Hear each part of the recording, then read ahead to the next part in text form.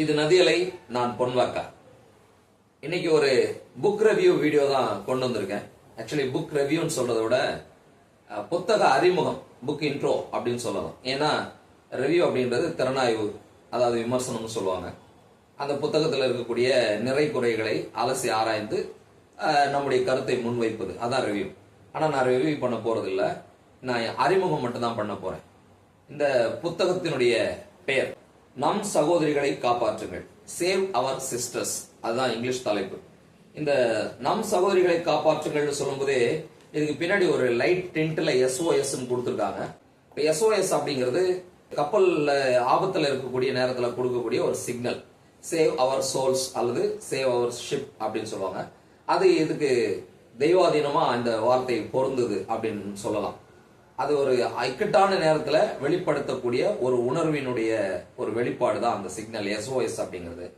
இன்னொன்னு, மருந்து சீட்டெல்லாம் SOS போடுவாங்க இல்லையா, அதுக்கும் இதுக்கும் சம்மந்தம் இல்லை. அது வந்து தேவைப்பட்டா யூஸ் பண்ணிக்கோங்க, இல்ல தேவைப்பட்டா இந்த மாத்திரையை சாப்பிடுங்க அப்படிங்கிறது. அந்த SOS வேற. இந்த SOS சேவ் அவர் சிஸ்டர்ஸ், நம் சகோதரிகளை காப்பாற்றுங்கள் அப்படின்னு சொல்லிட்டு ஒரு சப்டைட்டில் ஒன்று கொடுத்துருக்காங்க. உலகெங்கும் ஆபத்தில் இருக்கும் பெண்கள் மற்றும் சிறுமியருக்கு உதவும் செயல்முறை கையேடு. அதுதான் இந்த புக்கினுடைய ஸ்பெஷாலிட்டி. இது வெறும் தகவலை சொல்ற ஒரு புத்தகமா மட்டும் இல்லாம, இந்த என்னென்ன பிரச்சனைகள்லாம் இருக்குது அப்படின்னு சொல்லிட்டு அந்த பிரச்சனைகளுக்கு தீர்வு காண்பதற்கான வழியை இந்த புத்தகம் சொல்லுகிறது. கிறிஸ்தவ பின்னணியில இது எழுதப்பட்டிருந்தாலும் கூட, கிறிஸ்தவ நோக்கத்துல தான் எழுதப்பட்டு இது ஒரு கிறிஸ்தவ நூல் தான் அப்படின்னாலும், இது சமூகத்தினுடைய எல்லா தரப்பு பெண்களுக்குமான பிரச்சனைகளை பேசுகிறது.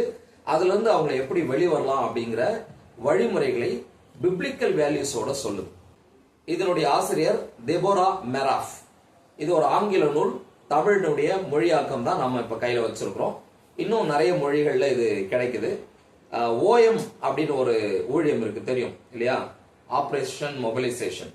அந்த OM ஒரு இலக்கியத்துறை வெளியீடு தான் வந்து ஆத்தன்டிக் புக்ஸ் சொல்லுவாங்க. நம்ம தெலுங்கானா செகண்டராபாத்ல அவங்களுடைய ஹெட் ஆபீஸ் இருக்குது.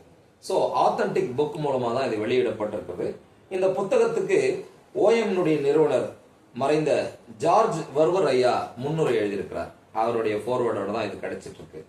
இந்த புத்தகத்துல என்னென்ன இருக்குன்ற மட்டும் நான் சொல்லிடுறேன், ஏன்னா நான் ரொம்ப லெங்தி வீடியோவா நான் இதை போட விரும்பல. ஆபத்தில் இருக்கும் மணமகள்கள், அதாவது பிரைட் இருக்காங்களே, மணமகள்கள் எந்த அடிப்படையில் ஆபத்தில் இருக்கிறாங்க அப்படிங்கிறத இது சொல்லுது. அது ஒரு ஃபர்ஸ்ட் சாப்டர். அப்புறம் சிறுவர் தொழிலாளிகள், சிறார் தொழிலாளிகள், சிறார் திருமணங்கள், குழந்தை பிறப்புல பெண்கள் எப்படி பாதிக்கப்படுறாங்க, மாற்றுத்திறனாளி பெண்கள், குடும்ப வன்முறை, கல்வி, இப்படி நிறைய டாபிக்ஸ்ல பேசுறாங்க. தெருவோர சிறுமிகள்ல இருந்து சிறுமிகளுடைய ஆயுள், ஆரோக்கியம், அதை பத்தி எல்லாம் பேசுறாங்க. போர்க்கருவியா ஒரு கேடயம் மாதிரி சிறுமிகளை பயன்படுத்துறாங்க. ஒருத்தருக்கு ஒரு சண்டை அப்படின்னா அவருடைய எதிரி வீட்டு பெண்கள் மேல ஒரு தன்னுடைய என்ன சொல்றது, ஒரு வல்லுறவு போன்ற ஏதோ ஒரு தாக்குதலை தொடுக்கிறாங்க இல்லையா. அதுவுமே அவங்க அப்பாவி தானே.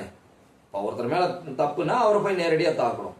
அதுக்கு அதை விட்டுட்டு அவங்க வீட்டு பெண்களை சொல்றது எப்படி? இப்ப நம்ம சமுதாயத்திலேயே ரொம்ப சாதாரணமா ஒருத்தர் தப்பு செஞ்சுட்டாரு, இல்ல ஒருத்தர் எனக்கு பிடிக்கல அப்படின்னா ரொம்ப சாதாரணமா அவங்க வீட்டு பெண்களை தான் நம்ம திட்டுறது கூட வார்த்தைகளை யூஸ் பண்றோம். இது நம்ம கல்ச்சர்ல மட்டும் இல்ல, உலகெங்கும் இது மாதிரி இருக்குது. அப்புறம் சிறுமிகள் வந்து மதத்தின் மூலமாக எப்படிலாம் அடிமைப்படுத்தப்படுறாங்க அப்படின்னு சொல்லி நிறைய இருக்கு. ஆக்சுவலி 21 அத்தியாயங்கள் இருக்கு.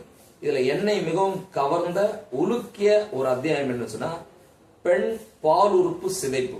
இந்த வீடியோவை எல்லா தரப்பும் பார்ப்பீங்க அப்படின்றதுனால இதை நான் விளக்கமா சொல்ல முடியாது.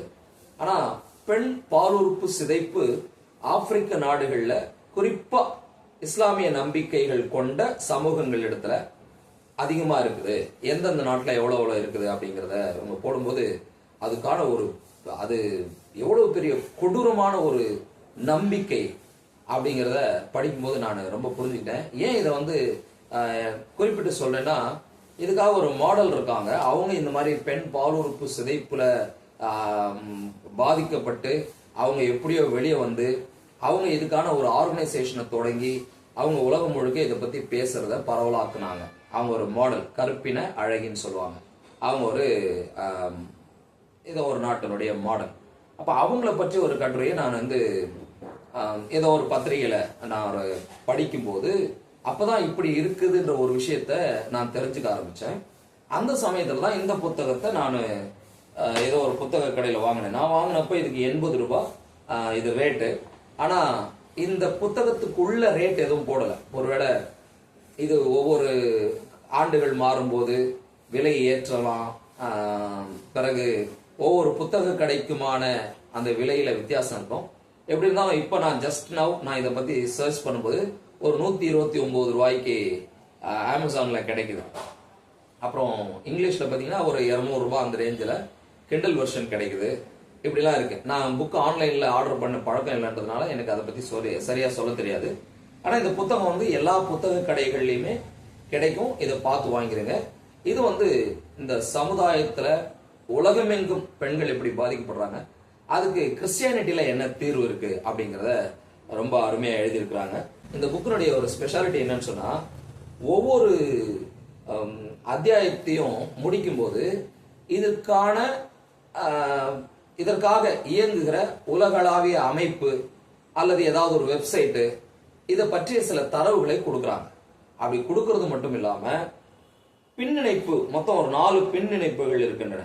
ஒன்னு பாலினம் சார்ந்த நீதிமொழிகள். உலகத்துல வந்து பெண் பிள்ளைகளை வந்து எப்படி பழமொழிகள் வச்சு அடக்குறாங்க அப்படிங்கிறது. நான் ஒரு சும்மா ஒரு 1-2 நான் வாசிச்சு காட்டுறேன். ஏன்னா அப்பதான் உங்களுக்கு புரியும்.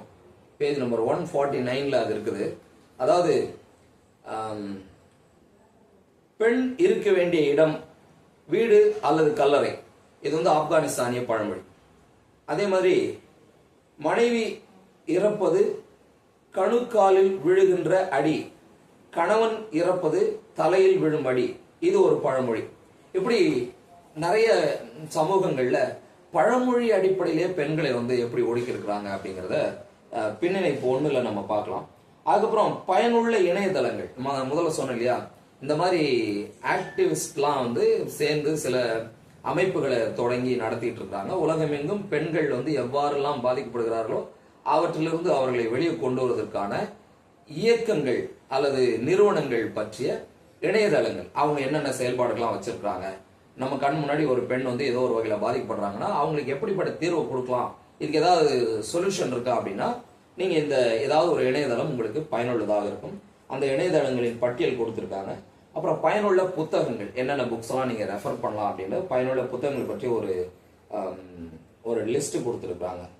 பிறகு உலகை பற்றிய உங்கள் தரிசனத்தை கூர்மையாக்க 7 வழிகள் சொல்லி ஒரு 7 பாயிண்ட்ஸ் கடைசியான பின்னிணைப்பு. அதுதான் இந்த பெண்களுக்காக நாம் ஏதாவது செய்ய வேண்டும் என்று நம்முடைய தரிசனத்தை கூர்மையாக்குகிற ஒரு செய்தியாக இருக்கு. நான் சொல்றது பின்னிணைப்பு தான். ஆனா அந்த பின்னிணைப்பு மட்டும் படிச்சா நமக்கு ஒன்றும் பெருசா ஒரு உணர்வு வராது. ஏன் வராதுன்னா எப்படி பாதிக்கப்படுறாங்கன்னு தெரியணும் இல்லையா. அதனால இந்த சகோதரிகளை காப்பாற்றுங்கள் அப்படிங்கிற இந்த புத்தகத்தை நீங்கள் முழுமையாக வாசிங்கள். ஒரு 156 பேஜஸ் தான் இருக்குது. உட்காந்தோம்னா அதே மாதிரி ஒவ்வொரு சாப்டருமே தனித்தனி சப்ஜெக்ட பேசுறதுனால நீங்க எந்த சாப்டர் வேணாலும் எப்ப வேணாலும் எடுத்து படிக்கலாம். தொடர்ச்சியா படிச்சுக்கிட்டே வர வேண்டிய ஒரு நாவல் மாதிரியான ஒரு புத்தகமோ இல்ல ஒரே விஷயத்த தொடர்ந்து துவக்கம் முதல் முடிவு வரை பேசுற ஒரு புக்கோ இது கிடையாது. இது ஒவ்வொரு சாப்டர்லயும் வெவ்வேறு செய்திகளை கொண்ட ஒரு நூலாக இருக்கிறதுனால நீங்க உங்களுக்கு எந்த தலைப்பு கவருதோ அந்த தலைப்பை முதல்ல படிக்கணும். கடைசியாக இந்த தெபோரா மெராஃப் யார் அப்படின்றத பத்தி ஒரு அட்டையில குறிப்பு கொடுத்துருக்காங்க. தெபோரா மெராஃப் அவர்கள் ஒரு புகைப்பட பத்திரிகையாளர் ஆவார். OM நிறுவனத்தில் பணியாற்றிய போது 115 நாடுகளுக்கும் மேல் இவர் பயணம் செய்திருக்கின்றார். கடந்த 28 ஆண்டுகளில் பல கட்டுரைகளையும் யூரோப், ரெஸ்டோரிங் ஹோப் மற்றும் சாம் ஃப்ரம் த சி போன்ற 8 புத்தகங்களையும் எழுதியிருக்கின்றார் அப்படின்னு சொல்லி அதுல குறிப்பு விட்டுருக்காங்க. ஸோ அவங்க ஒரு எழுத்தாளர், புகைப்பட பத்திரிகையாளர், ஒரு அருட்பணியாளர். ஜார்ஜ் ஒருவரே இதுக்கு முன்னுரை எழுதியிருக்கிறார் அப்படின்னா புக்கு எவ்வளவு குவாலிட்டியா இருக்கும்னு நீங்க யோசிச்சு பார்த்துக்கோங்க. ஸோ அவசியம் இந்த புக்கை வாங்கி படிங்க.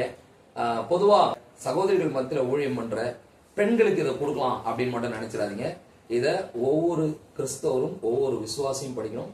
கண்டிப்பா பாஸ்டர்ஸ் இதை படிக்கணும். அருட்பணியாளர்கள், சுவிசேஷ அருட்பணியாளர்கள் இதை படிக்கணும்.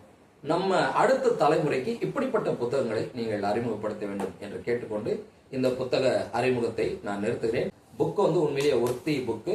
நீங்க வாங்கி படிங்க.